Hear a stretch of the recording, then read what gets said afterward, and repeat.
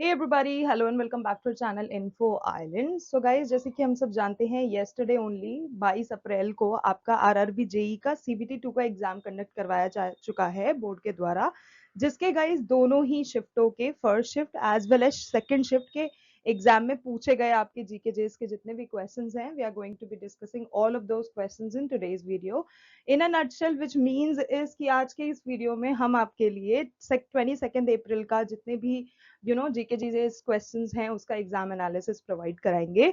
So video को बिल्कुल कहीं भी स्किप नहीं करना है, एंड तक पूरा जरूर से देखना है, because in this video you are not going to get the answers alone, उसके साथ साथ उन क्वेश्चन से रिलेटेड फैक्ट्स, एडिशनल इंफॉर्मेशन भी आपको जानने को मिलेगा, which actually is going to help you guys in your future and upcoming examinations. ठीक है, और क्योंकि गाइज इस तरह के जीके जीएस के जो क्वेश्चंस होते हैं ना, वो आपकी प्रिपरेशन को लेवल अप करते हैं, चाहे आप किसी भी कॉम्पिटेटिव एग्जाम की तैयारी क्यों ना कर रहे हो। सो अगर आपने आरआरबी का ये जेई का सीबीटी 2 का एग्जाम दिया है तो जरूर से इस वीडियो को देखना, क्योंकि उससे आपको पता पड़ेगा that how many questions you have answered correctly और आप कितना परसेंट स्कोर करने वाले हो। जस्ट इन केस अगर आपने एग्जाम नहीं भी दिया है तब भी इस वीडियो को जरूर से देखो, so that you will come to know कि भाई जेई का इस बार सीबीटी 2 का ट्रेंड कैसा रहा है, पैटर्न कैसा रहा है, किस तरह के क्वेश्चंस पूछे गए हैं, बेसिकली मतलब डिफिकल्टी लेवल एग्जाम का क्या है। वैसे as per the candidates we have come across and asked, तो उनके हिसाब से तो it was kind of moderate to difficult, you can not say it as a difficult paper, it was kind of moderate examination paper. ठीक है, so now let's quickly move into the video and look for the questions. So guys, the very first question is जो कि आपको, and yes one thing more, क्योंकि guys इस video में first और second shift दोनों के ही combined questions हैं, so there are chances कि थोड़ा सा up and down हो सकता है, so bear with me on that note. And yes, there are chances कि आगे पीछे questions हो, so it's okay, completely okay, I think with you. So yes, coming back to the question number 1, when did Kakori Kand happen? तो guys Kakori Kand की अगर अपन बात करें तो it happened on 9th of August 1925. So 1925 आपको option में given था and ये करेक्ट आंसर हो जाएगा। एंड बात करें काकोरी कॉन्स्पिरेसी की, जिसको हम काकोरी कांड का नाम से भी जानते हैं, इसको इस कॉन्स्पिरेसी केस को जो है वो काकोरी ट्रेन रॉबरी से संबंधित है, क्योंकि काकोरी ट्रेन जो है उसमें ये कांड हुआ था। So it was basically N armed robbery, ठीक है, जो कि 9th of August 1925 को हुई थी। So you guys must know कि what this thing was related to, because it happened on a train, तो काकोरी ट्रेन रॉबरी नाम दे दिया गया। एंड यस, कॉन्स्पिरेसी थी तो इसको काकोरी कॉन्स्पिरेसी के नाम से भी जाना जाता है। And if we talk about कि ये कहाँ पर हुआ था, तो guys it happened on a train in central Uttar Pradesh, तो ये चीज भी आपको पता होना जरूरी है, तो इसको अच्छे से याद रखना। Okay, next question आपसे पूछा गया था that what is the reaction between an acid and a base is called. So guys, let me just tell you, this is a frequently asked question. Acid और base का combination क्या कहलाया जाता है, ये आपको काफी एग्जाम्स में पूछा जाता है। इनफैक्ट रिसेंटली जो सीजीएल के पेपर हुए थे उसमें भी न्यूट्रलाइजेशन रिएक्शन से रिलेटेड क्वेश्चन आया था। सो प्लीज इसको अच्छे से याद रख लेना that the reaction between an acid and a base is called neutralization reaction.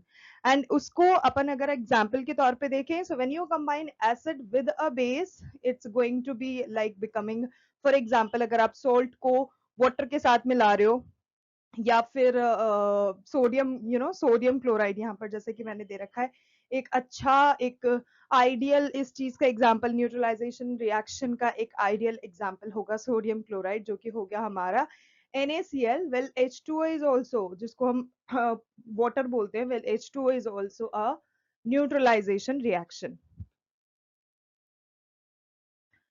Okay, next question, which is state government has launched the Skill Uday Tongai Development Agricultural Program to empower 80,000 students. तो guys एक चीज आपको जो कि पता होनी चाहिए, जो कि obviously question में ही mentioned है, कि ये जो Skill Uday Tongai जो स्कीम है, ये जो लाया गया है, ये कहाँ लाया गया है? Let me just answer that first, Tripura में। और इस प्रोग्राम में कितने स्टूडेंट्स को टारगेट किया गया है कि उनको इस प्रोग्राम के अंतर्गत एम्पावर किया जाएगा? So it's a total of 80,000 students, तो ये चीज भी आपको ध्यान में रखना है।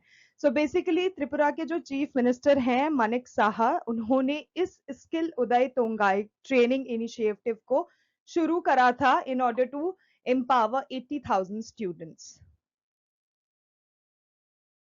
Okay, next question, what's the ideal thermostat setting? तो guys thermostat setting जो होती है वो ideal तब कहलाती है जब आप उसको सेट कर देते हो at 68 degree to 70 degree Fahrenheit, ठीक है? So if it is at 68 degree, it's an ideal thermostat setting. And if it is lying somewhere between 68 to 70, for example, if it is 68 or 69 or 70, then it is a ideal thermostat setting. And as per the US Department of Energy, which is in short called DOE, they actually recommend that you should set the thermostat at a degree of 68 degree for the majority of each winter day.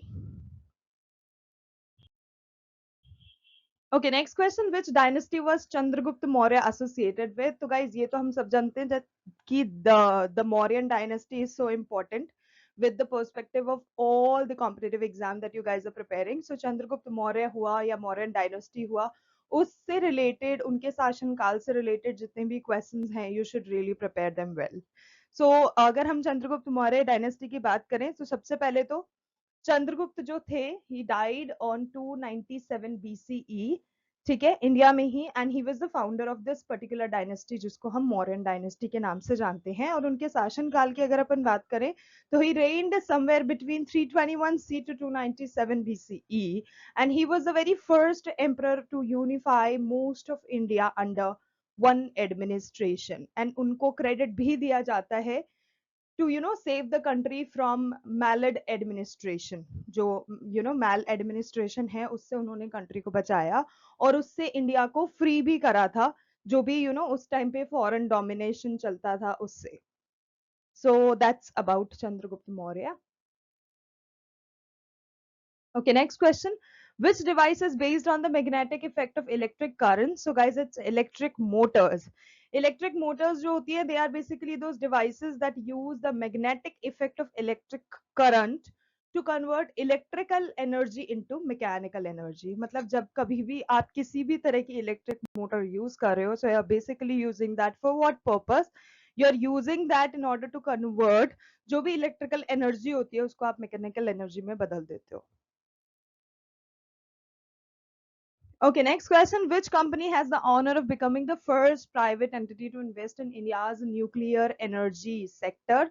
So it is none other than Jindal Nuclear Energy Sector. So Jindal Nuclear is the correct answer.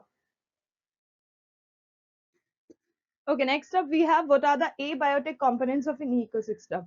So as we all know that in our ecosystem सभी तरह के components present होते हैं जिसमें कुछ biotic होते हैं कुछ abiotic होते हैं. So abiotic components से मेरा क्या मतलब है, जैसे कि टेम्परेचर हो गया, सनलाइट हो गया, एटमॉस्फेयर हो गया, सॉइल हो गया, पानी हो गया, तो ये कुछ होते हैं एबायोटिक कंपोनेंट्स होते हैं हमारे जो कि इकोसिस्टम में प्रेजेंट होते हैं। So these are all the examples of abiotic components of an ecosystem. Okay, next question. Where was the 2023-24 season of Ultimate Kho-Kho played? So it was basically played in Cuttack, Odisha में जो स्थित है। तो 2023-24 का जो session हुआ था वो यहाँ पर खेला गया था। और जो सेकंड एडिशन है इस अल्टीमेट खो खो लीग की, जिसको हम शॉर्ट में बोलते हैं यूकेके, 2023 का वो जो स्केड्यूल किया गया था वो 24 दिसंबर 2023 को स्टार्ट हो गया था and it happened to be played in Cuttack, Odisha.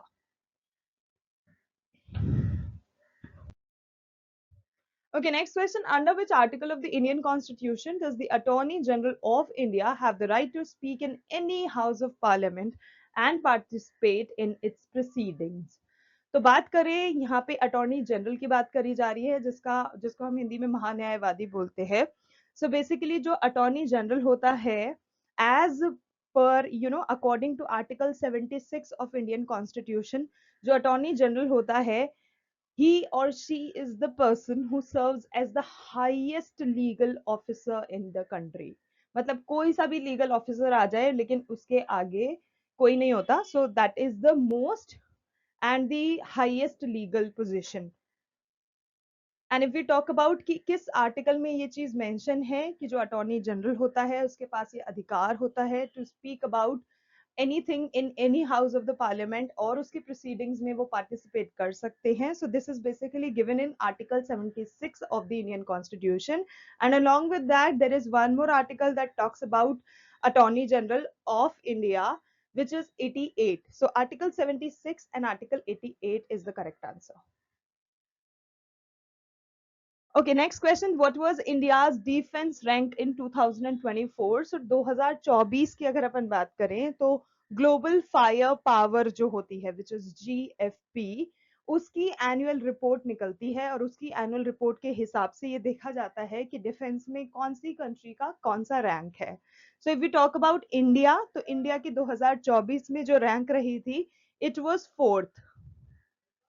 ठीक है, सो it was fourth most powerful military as per GFP of India in 2024. Okay, next question. To whom is the Atal Bhujal scheme related? तो अटल भूजल scheme basically है क्या? तो अटल भूजल scheme जो है, इसको अगर हम बात करें शुरू किसने किया, so guys it was launched by prime minister Shri Narendra Modi ji. And कब लॉन्च किया था? तो इसको 25 ऑफ दिसंबर 2019 को लॉन्च किया गया था. किस उपलक्ष्य में इसको लॉन्च किया गया था? So guys it was the 95th birth anniversary of our former prime minister mister Atal Bihari Vajpayee. So उनकी क्योंकि 95th बर्थ एनिवर्सरी को India was celebrating, this was the time जब ये अटल भूजल स्कीम उनके नाम पर लॉन्च किया गया नरेंद्र मोदी जी के द्वारा. So now basically if we talk about कि ये भूजल योजना है क्या, सो गाइस भू से इट इटसेल्फ इज रिफ्लेक्टिंग नाम में ही कि bhu is related to ground and jal is related to water. So basically ये ग्राउंड वाटर मैनेजमेंट स्कीम है कि किस तरह से इंडिया में जो भी भू जल यानी कि ग्राउंड वाटर अवेलेबल है उसको मैनेज किया जाता है. So this scheme talks about that. So Atal Bhujal Yojana is a ground water management scheme.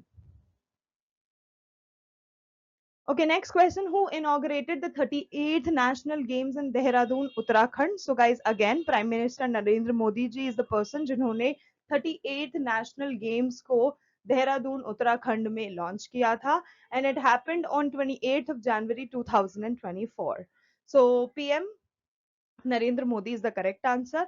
And yes, उन्होंने इसको जब लॉन्च किया था, so it was marking a significant moment as the state celebrates its 25th anniversary. So now you guys must be knowing कि 28 Jan 2025 को क्या होता है. So it's the anniversary of the particular, it's the state anniversary, so it's the anniversary of Uttarakhand, or you can say Dehradun, like that.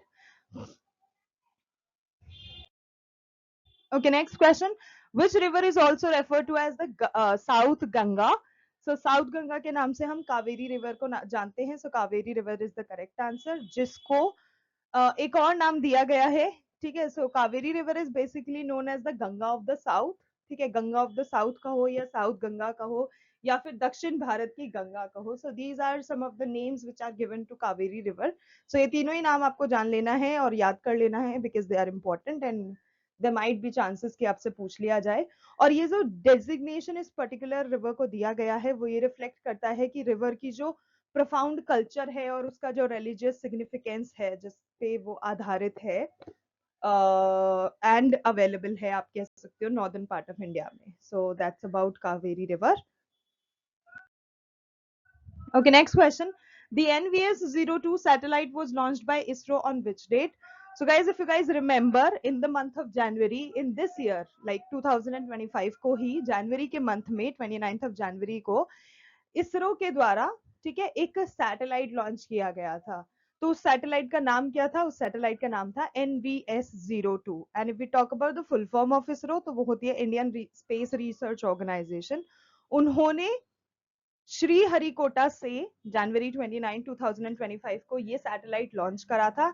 And उस दिन भी एक historic milestone उन्होंने, आप कह सकते हो, अचीव किया था विद इट्स 100th लॉन्च. जो ये NVS-02 सैटेलाइट का लॉन्च हुआ था, that was the 100th satellite that was launched from Sriharikota by ISRO. Okay, next question. What happens when an acid is combined with a metal? So earlier we talked about acid and a base. Now we are talking about acid plus metal. So acid और metal को अगर हम मिला दें, for example salt को अगर हम hydrogen के साथ मिला दें तो क्या होगा?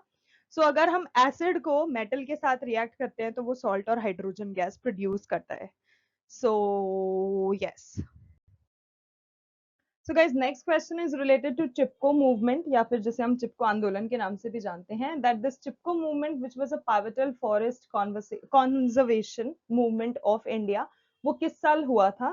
सो गाइस, चिपको मूवमेंट की हम बात करें तो it happened in the year 1970। Primarily कहां पर इसको करते हुए देखा पाया गया था? So it happened in Garhwal region of Uttarakhand.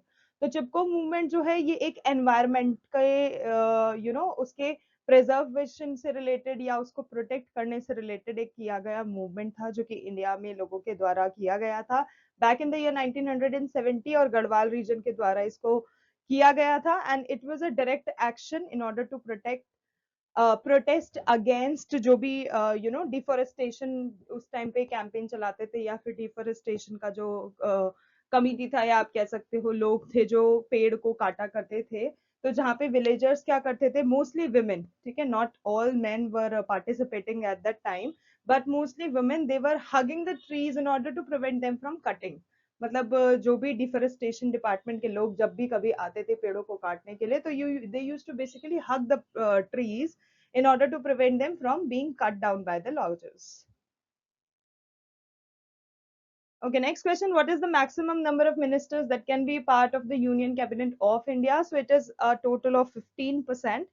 And according to the constitution in India, the total number of ministers जो council of ministers हो सकते हैं, they must not exceed the 15% of the total member of members of the Lok Sabha. ठीक है? तो लोकसभा के जितने member हैं उसके 15% से ज्यादा नहीं होने चाहिए। और जो मिनिस्टर्स हैं they must be the member of the parliament. तो ये चीज भी आपको नोट कर लेना है, वही लोग हो सकते हैं who are the handling the ministries and who are the ministers of the parliament.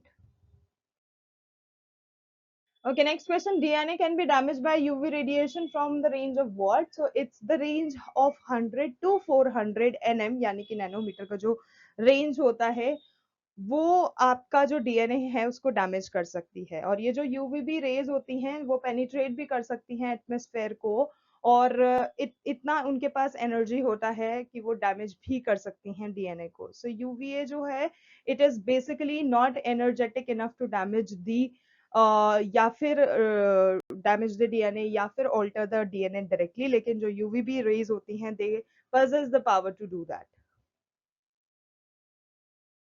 Okay, next question. The power of the President of India to promulgate ordinances during the recess of Parliament is enshrined in which article? So ये जो चीज है ये आपकी 123 यानी कि 123 article जो है, that is the article of the Indian Constitution that basically speaks about the power of the President to promulgate ordinances during recess of Parliament. ठीक है? और ये जो पावर होती है, this often misused by the COM. Okay, next question. Who won the Best International Cricketer Women Award at the BCCI Naman Awards 2025? So it was Smriti Mandhana, who's the opener, basically Indian opener. Smriti Mandhana, who was honored with the Best International Women's Cricketer Award at the BCCI Awards 2025. And this marked her third win in this category. So उससे पहले भी वो इसी category में 2 award भी जीत चुकी हैं, and उन 2 को जीतने के बाद ये तीसरा उनका है जो कि उन्होंने रिसेंटली जीता है। Okay, now again we are going to be talking about Chipko movement. ठीक है, तो पहले जो क्वेश्चन था वो आपसे पूछा गया था कि वो कब हुआ था। अब यहाँ पर हम आपको थोड़ा सा डिटेल में बताने वाले हैं कि वो क्या है। इट वाज, वैसे छोटा छोटा तो मैंने आपको पहले ही बता दिया था, तो I hope I need not to explain this any further. Okay, next question. What is the power of concave lens? So concave lens की अगर आपको पावर कैलकुलेट करनी है तो you have to use the formula of P equal to 100/f, जहां पे P जो है दैट इज द पावर जो कि डायोप्टर्स में यूज किया जाता है, ठीक है, कैलकुलेट किया जाता है। एंड F जो है that is the focal length, और फोकल लेंथ जो है वो सेंटीमीटर्स में आपको यहाँ पर मेंशन करना है। And for a concave lens जो फोकल लेंथ होती है वो नेगेटिव होती है, सो जो पावर होगा वो भी नेगेटिव होगा, because the power is equally proportional to the focal length. So if the focal length is negative, the power is also going to be negative. Okay, next is what is a compound? So compound basically क्या होता है ना, it is a chemical combination of elements in fixed proportion जो कि आप separate नहीं कर सकते physically. ठीक है, मतलब अगर आपने कोई भी एलिमेंट्स को कंबाइन कर दिया है, फॉर एग्जांपल अगर आपने हाइड्रोजन के साथ ऑक्सीजन डाल दिया है, तो अगर एक कंपाउंड बनाना है ना, देन बाद में आप उसको फिजिकली अलग अलग नहीं कर सकते कि आपने हाइड्रोजन अलग कर दिया या फिर ऑक्सीजन अलग कर दिया. सो फॉर एग्जांपल H2O, ठीक है, फॉर एग्जाम्पल वाटर, तो वाटर के अंदर हाइड्रोजन भी रहता है, ऑक्सीजन भी रहता है, लेकिन आप उसको सेपरेट नहीं कर सकते physically. Okay, next is what is a mixture. So guys, mixture जो होता है basically it is a physical combination of two और मोर सब्सटेंसेस, और इसको आप सेपरेट कर सकते हो. जैसे कि आपने एग्जाम्पल के तौर पर, या आप कह सकते हो हाँ, आपने कोई भी दो तरह के मिक्सचर लिया, या तो सैंड ले लिया या सॉल्ट ले लिया, and then you decide to separate it physically, so there are chances that you'd be able to do it. Okay, next question. Who was the highest wicket taker in ODI 2024 women? So it was Deepti Sharma who was the highest wicket taker in ODI 2024. Okay, next आपको LAN का full form पूछा गया था. So LAN is guys local area network, और इसी से related होता है WAN, so which is wide area network.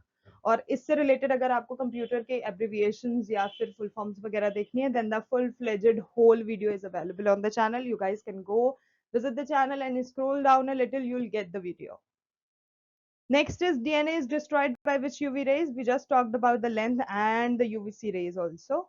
UVC and the UVB, I think. Okay, next is which area is झूम एग्रीकल्चर रिलेटेड. तो गाइस, झूम एग्रीकल्चर नाम का ये जो एग्रीकल्चर फॉर्म है, ये मिजोरम में बहुत ज्यादा किया जाता है या फिर करते हुए पाया जाता है, क्योंकि वहाँ का ये एक ट्रेडिशनल कल्टीवेशन टेक्निक है जो वो लोग यूज करते हैं.